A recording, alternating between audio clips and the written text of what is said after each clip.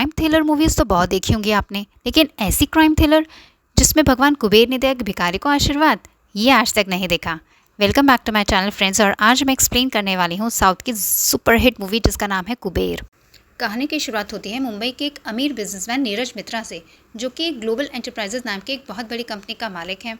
नीरज के बहुत सारे बिजनेस थे, खास तौर से एनर्जी प्रोडक्शन फील्ड में, और वो फिलहाल गवर्नमेंट के साथ मिलकर इंडिया में ऑयल का एक नया सोर्स ढूंढ रहा था, जिसके लिए उसकी कंपनी के वर्कर्स ने बे ऑफ बंगाल यानी इंडियन ओशन के एक हिस्से में कुछ साल से खुदाई कर रहे थे। फिर एक रात उन वर्कर्स को समुद्र में ऑयल का एक बड़ा डिपॉजिट मिल जाता है, जिसे कई साल तक पेट्रोल बनाया जा सकता था। लेकिन उन वर्कर्स का लीडर यह खबर सरकार से पहले नीरज को बता देता है, और नीरज ये नहीं चाहता था कि ऑयल रिजर्व पब्लिक या गवर्नमेंट की प्रॉपर्टी बने, क्योंकि वो खुद उसकी मदद से दुनिया का सबसे अमीर आदमी बनना चाहता था। इसलिए वो सबसे पहले उस ऑयल डिपार्टमेंट के सभी वर्कर्स को मरवा देता है, ताकि ये खबर ही लीक ना हो। और फिर वो उसी रात अकेले जाकर इंडिया के पेट्रोलियम मिनिस्टर से मिलता है, जो कि एक करप्ट पॉलिटिशियन था। नीरज उसे बोलता है कि वो उस ऑयल रिजर्व को किसी भी तरह से प्राइवेट करके उसकी कंपनी के नाम कर दे। वो मिनिस्टर उसके लिए मान जाता है, और वो बदले में नीरज से 1 लाख करोड़ की मांग करता है, क्योंकि उस ऑयल रिजर्व का प्राइवेटाइजेशन करने के लिए बहुत सारे पॉलिटिशियंस को पैसा खिलाना ज़रूरी था। नीरज ये सौदा मंजूर कर लेता है, लेकिन इतनी बड़ी रकम को उन नेताओं तक पहुंचाना बहुत मुश्किल काम था, और इसके लिए किसी एक्सपर्ट आदमी की ज़रूरत थी, जो कि भरोसेमंद भी हो। तब नीरज का पिता उसे कहता है कि ये काम सिर्फ एक ही आदमी कर सकता है, जिसका नाम है दीपक, जो कि पहले एक सीबीआई ऑफिसर था। वो बहुत होशियार और ईमानदार भी, पर उसकी इसी क्वालिटी ने एक मिनिस्टर का नुकसान कर दिया था, जिसकी वजह से उसने दीपक को एक झूठे केस में फंसाकर गिरफ्तार करवा दिया। उसे 10 साल की सज़ा हो गई, और वो 5 साल से अभी जेल में है। इसलिए नीरज मित्रा और उसके पिता दीपक तेज को जेल से छुड़ाकर उसे अपना काम करवाने की सोचते हैं। फिर नीरज जेल में जाकर दीपक से मिलता है और उसे आज़ादी का लालच देकर अपने साथ काम करने के लिए बोलता है। लेकिन दीपक कोई गैर कानूनी काम नहीं करना चाहता था, और उसे ये उम्मीद थी कि वो निर्दोष साबित होकर ईमानदारी से छूट जाएगा, इसलिए वो नीरज को मना कर देता है। फिर जब कुछ दिनों के बाद कोर्ट में दीपक की सुनवाई होती है, तो उसकी सज़ा माफ़ नहीं होती, उल्टा उसे 10 साल और जेल में रहने के लिए बोल दिया जाता है। तब दीपक का इंसाफ पर से भरोसा उठ जाता है, और वो अपनी फैमिली के पास वापस जाने के लिए नीरज से हाथ मिला लेता है। फिर नीरज दीपक को जेल से छुड़वा लेता है, और वो उसे काफ़ी सारा पैसा और मुंबई में एक अच्छा घर भी देता है। इसके बाद शुरू होता है असली खेल, जहां नीरज दीपक को बोलता है कि उसे कुछ लोगों को 1 लाख करोड़ रुपए भिजवाने हैं, आधा पैसा ब्लैक में और आधा वाइट में या ऑनलाइन, यानी कि ऑनलाइन। पर नीरज उसे ये नहीं बताता कि ये पैसा किसे और क्यों भेजना है। और वो पॉलिटिशियंस भी डायरेक्ट अपने अकाउंट में पैसे नहीं ले रहे थे, उन्होंने अपने बेनामी तैयार किए थे, मतलब वे दूसरे लोगों के ज़रिए पैसे ले रहे थे। इसलिए दीपक नीरज को ये बोलता है कि उसे भी अपने बेनामी बनाने होंगे, जिनका कोई संबंध ना हो, ताकि कानून को नीरज पर शक ना आए। लेकिन किसी अनजान इंसान को इतने पैसे देना बहुत बड़ा रिस्क था, क्योंकि वो धोखा भी दे सकता था। इसलिए दीपक कुछ भिखारियों को नीरज का बेनामी बनाने का फैसला करता है, क्योंकि भिखारी अनपढ़ होते हैं, जिसकी वजह से वो कोई गड़बड़ नहीं कर सकते। इसलिए दीपक नीरज को 4 भिखारी जमा करने के लिए बोलता है।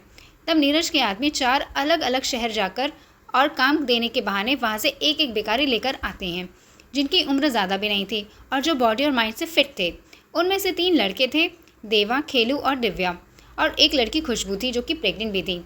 इन 4 में से 3 तो काफ़ी भोले थे, लेकिन देवा थोड़ा सा चालाक था, और उसकी याददाश्त बहुत तेज़ थी। फिर दीपक उन भिखारियों को कि नकली आधार, पैन और वोटिंग कार्ड बनवाता है, और उन्हें ट्रेनिंग देना शुरू करता है, जहां उन्हें अच्छे कपड़े पहनाए जाते हैं, रहन सहन और उनको खाना पीना सिखाया जाता है, और सबसे ज़रूरी चीज़ डॉक्यूमेंट साइन करना। तब नीरज दीपक को 1 लाख करोड़ देता है, जिसमें से आधे नकदी पैसे अलग अलग तरीक़ों से उन मिनिस्टर्स तक पहुंचाए जाते हैं, और बाकी पैसों को हवाला के ज़रिए उन भिखारियों के स्विस बैंक अकाउंट में जमा कराया जाता है। फिर उन चारों के नाम पर फ़ॉरेन में एक नकली कंपनीज खोली जाती हैं, जिससे वो इंडिया में अपना पैसा इन्वेस्ट करेंगे, और तब ये ब्लैक मनी वाइट हो जाएगी। इस तरह से पहले उन भिखारियों के अकाउंट में पैसा आता है, और तब दीपक एक एक करके उनसे वह नेताओं के बेनामी को पैसा भेजना शुरू करता है। सबसे पहले खेलू को एक ऑनलाइन ट्रांजैक्शन कराया जाता है। दीपक का ये प्लान था कि काम हो जाने के बाद उन चारों को वापस अपने अपने शहर भेज दिया जाए, लेकिन नीरज आखिर में उन भिखारियों को मार देना चाहता था, ताकि गलती से भी कोई उसका राज ना खोल सके। इसलिए खेलू का ट्रांजैक्शन होने के बाद नीरज के आदमी उसे मार देते हैं।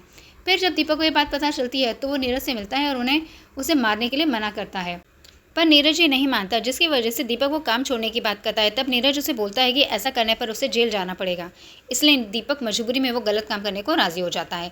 इसके बाद दिव्या का ट्रांजैक्शन होता है और उसे भी मार दिया जाता है। इसी बीच नीरज का एक आदमी रोबो जो कि उन भिखारियों को संभालता था, वो खुशबू का रेप करने की कोशिश करता है। तब देवा उस लड़के को रोक देता है और ये बात वो दीपक को बताता है, पर दीपक इस बारे में कुछ नहीं करता क्योंकि वो वैसे भी भिखारी मरने ही वाले थे। इसके बाद देवा के ट्रांजैक्शन की बारी आती है। तब दीपक उसका बायोमेट्रिक स्कैन लेकर उसे रोबो के साथ भेज देता है, जिसका काम था उन लोगों को दूर ले जाकर मारना। लेकिन वो देवा को रास्ते में ही पीटना शुरू कर देता है, जिससे देवा को लगता है कि वैसे खुशबू वाली बात का बदला ले रहा है। तब देवा टॉयलेट का बहाना बनाकर वहाँ से भाग जाता है। दूसरी तरफ दीपक ने जो ट्रांजैक्शन स्टार्ट किया था वो बीच में ही फेल हो जाता है, इसलिए उसे दोबारा देवा के बायोमेट्रिक स्कैन की ज़रूरत थी। पर तभी उसे रोबो ये बताता है कि देवा उसकी कैसे छूटकर भाग गया, इसलिए वो सब लोगों से ढूंढने लगते हैं। उधर देवा एक रेलवे स्टेशन पर पहुंचता है और बेहोश हो जाता है। तब वहाँ उसको समीरा नाम की एक लड़की होश में लाती है और उसे पानी और चॉकलेट देती है। समीरा अपने बॉयफ्रेंड के चक्कर में घर से भागकर मुंबई आई थी, लेकिन उसके बॉयफ्रेंड ने उसे धोखा दे दिया, इसलिए वो यहाँ मरने की कोशिश करती है। तब देवा उसे बचा लेता है। फिर वो समीरा का फ़ोन लेकर दीपक को कॉल करता है। देवा को लग रहा था कि रोबो बुरा है, लेकिन दीपक अच्छा आदमी है जो उसकी मदद करेगा। उधर दीपक का फ़ोन कार में रखा था, इसलिए देवा की उससे बात ही नहीं हो पाती। लेकिन दीपक के वॉइस मेल में उसकी आवाज़ रिकॉर्ड हो जाती है, जिसके बाद वो समीरा वहाँ से निकल कर जाने लगती है। तब देवा उससे किसी मस्जिद तक जाने की लिफ्ट मांगता है ताकि वो वहाँ पर खाना खा सके, इसलिए समीरा उसे अपने रिक्शा में हाजी अली दरगाह छोड़ देती है और वो खुद अपनी फ्रेंड के घर चली जाती है। दूसरी तरफ दीपक को अपने फ़ोन पर एक मिस कॉल दिखती है और वॉइस मेल पर देवा की आवाज़ आती है, इसलिए वो उस नंबर को ट्रैक करके समीरा के पास चला जाता है, जो कि उसे बता देती है कि देवा को उसने कहाँ छोड़ा था। तब दीपक के साथ हाजी अली तक पहुँच जाते हैं दीपक के साथी, लेकिन वहाँ पर रोबो खुद को देखकर वो दीपक भाग जाता है। फिर वो मुंबई में नीरज के उस गेस्ट हाउस को ढूंढने लगता है जहाँ पर उन भिखारियों को रखा गया था। इसी बीच वो दोबारा समीरा से टकराता है और उसे मदद मांगता है, पर समीरा उसकी बात नहीं सुनती क्योंकि देवा की वजह से दीपक उसकी फ्रेंड के घर इंक्वायरी करने आया था, इसलिए वो उसे वहाँ से भगा दिया गया था और अब समीरा एक लेडीज़ हॉस्टल में रहने जा रही थी। देवा वो हॉस्टल देख लेता है और फिर वो घूमते घूमते वापस उस गेस्ट हाउस में चला जाता है, लेकिन वहाँ उसे दिखता है कि दीपक और रोबो आपस में बातें कर रहे हैं। इससे वो समझ जाता है कि दीपक भी रोबो के साथ मिला हुआ है और वो दोनों ही उसे मारना चाहते हैं, इसलिए देवा वहाँ से भाग जाता है।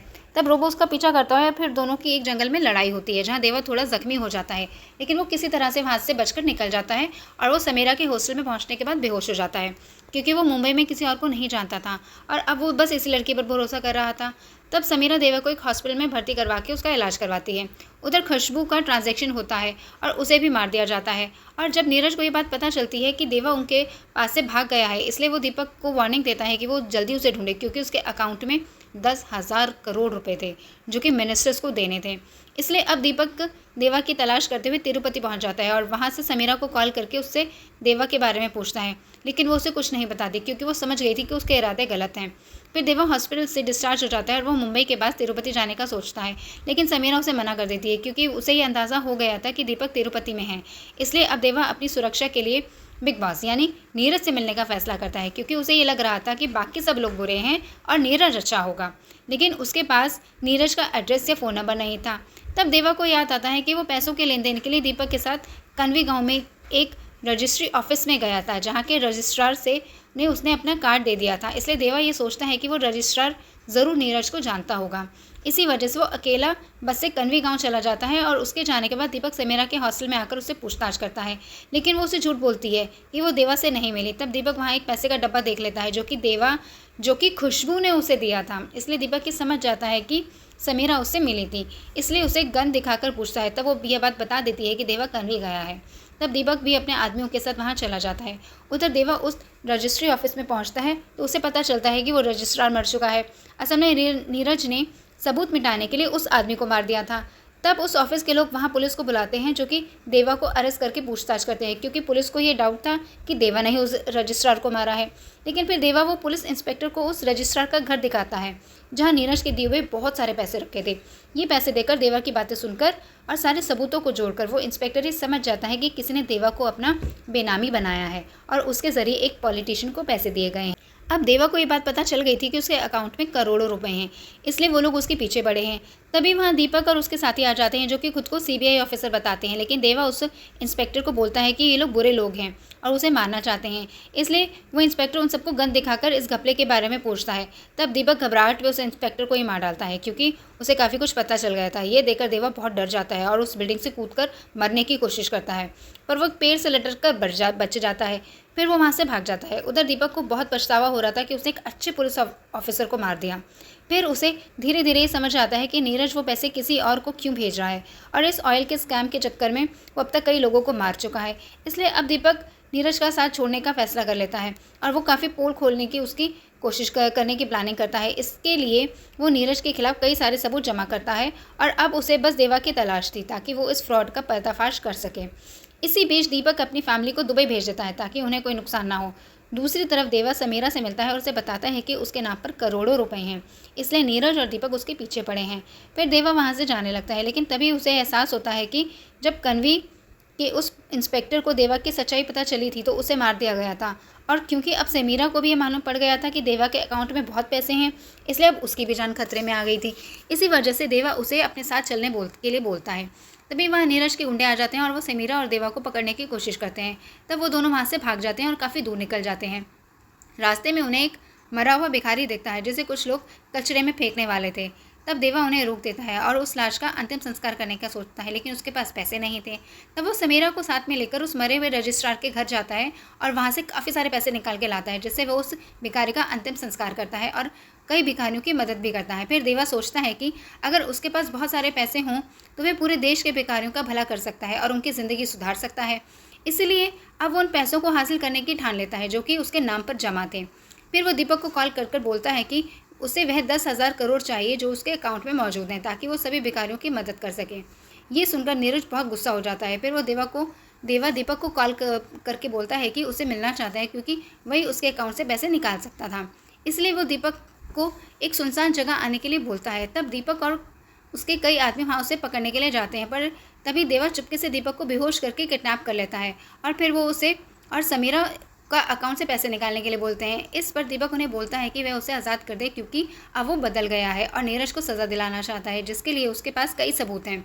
लेकिन वो दोनों उसकी बात नहीं मानते और देवा उसे बोलता है कि अमीरों को गरीबों की परवाह नहीं है और वह लोग उसे भी खेलू डिब्बे और खुशबू की तरह मार देंगे।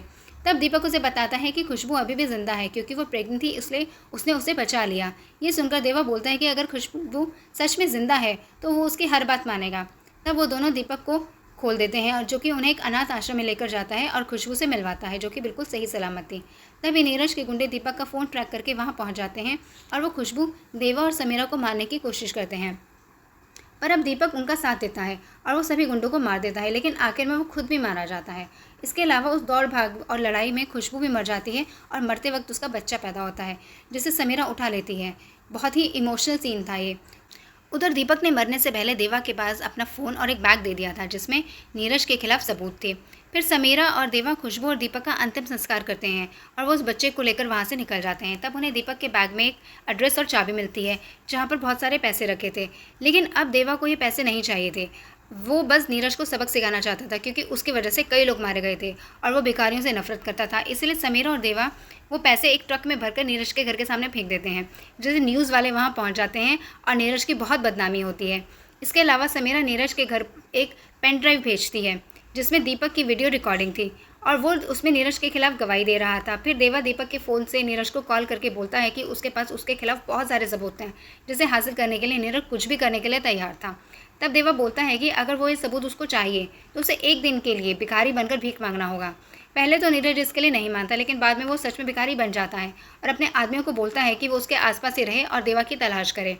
फिर नीरज दिन भर भिखारी बन के घूमता है और देवा उस पर नज़र भी रखता है, लेकिन वो किसी की पकड़ में नहीं आता। फिर रात के वक्त देवा उसके आदमियों को चकमा देकर नीरज को अकेले में घेर लेता है और वो समीरा उसे बोलते हैं कि क्या अब उसे भिखारियों की जान की कीमत समझ में आई। लेकिन नीरज अभी भी वैसा ही जालिम था और वो देवा और खुशबू के बच्चे को मारने की कोशिश करता है, लेकिन इस लड़ाई के अंत में वो खुद देवा के हाथों मारा जाता है और इस तरह से एक करोड़पति आदमी भिखारी के हाल में मर जाता है और एक भिखारी आदमी करोड़पति बन जाता है क्योंकि उसके अकाउंट में अभी भी 10,000 करोड़ रुपए थे।